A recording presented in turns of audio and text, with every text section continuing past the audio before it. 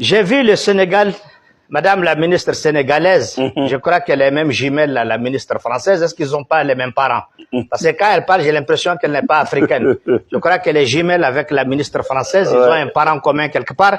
Ça reste à voir. En tout cas, son comportement ne dit pas qu'elle est africaine ou sénégalaise. Quand je la vois dire aujourd'hui qu'elle justifie, elle donne des arguments pour justifier une agression sur le Niger, j'ai honte. J'ai honte à sa place. Parce qu'elle doit se regarder. Moi, je l'appelle comme ça. La ministre sénégalaise, comme j'ai appelé d'autres. Je l'appelle à se regarder dans le miroir et à répéter les propos méchants qu'elle a tenus contre le Niger. Elle se posait une question. Qui elle va attaquer? Elle va attaquer un Nigérien dont le sang coule dans ses veines? Un Africain dont le sang coule dans ses veines? Mais quelle lâcheté, quelle ingratitude. Je l'invite à regarder dans le miroir et à penser ça. Au nom de qui? Pour quel intérêt? En tout cas, pas pour l'intérêt sénégalais. Le deuxième, c'est le chef d'état-major de la Côte d'Ivoire. Nos frères Djoula, qui ne sont pas différents des Bambara, qui ne sont pas différents de toutes les ethnies qui sont là au Mali. Quand le chef d'état-major de la Côte d'Ivoire dit qu'il est prêt à attaquer, je l'invite aussi à se regarder dans le miroir et de se poser une question. Tu vas attaquer qui? Tu vas aller t'attaquer toi-même au nom de qui et au nom de quel intérêt? Quelle honte pour l'histoire. Oui. Tu vas attaquer le Niger? Le Niger, le sang nigérien coule dans tes veines et vice-versa? Vous savez, j'ai honte quand je les écoute. J'ai honte quand je les écoute.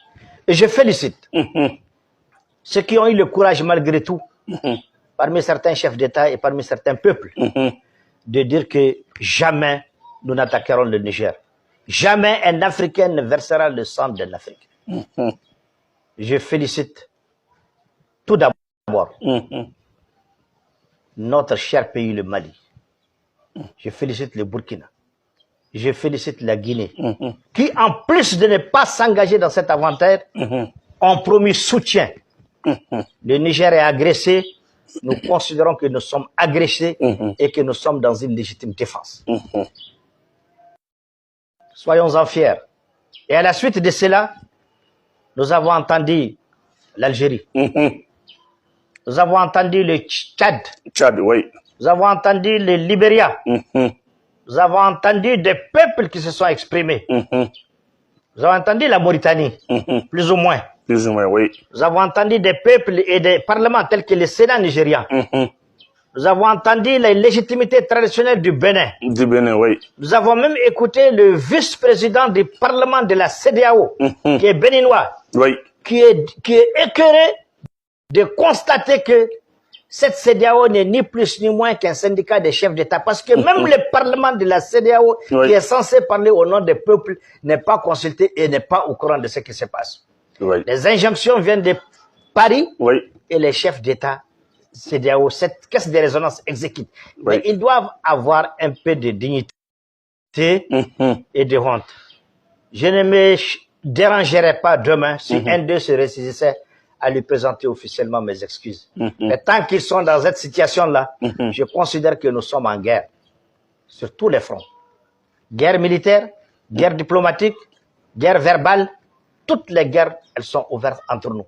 Jusqu'à ce qu'ils comprennent qu'ils ont intérêt à choisir le chemin de l'honneur et de la dignité. Ça, c'est extrêmement important.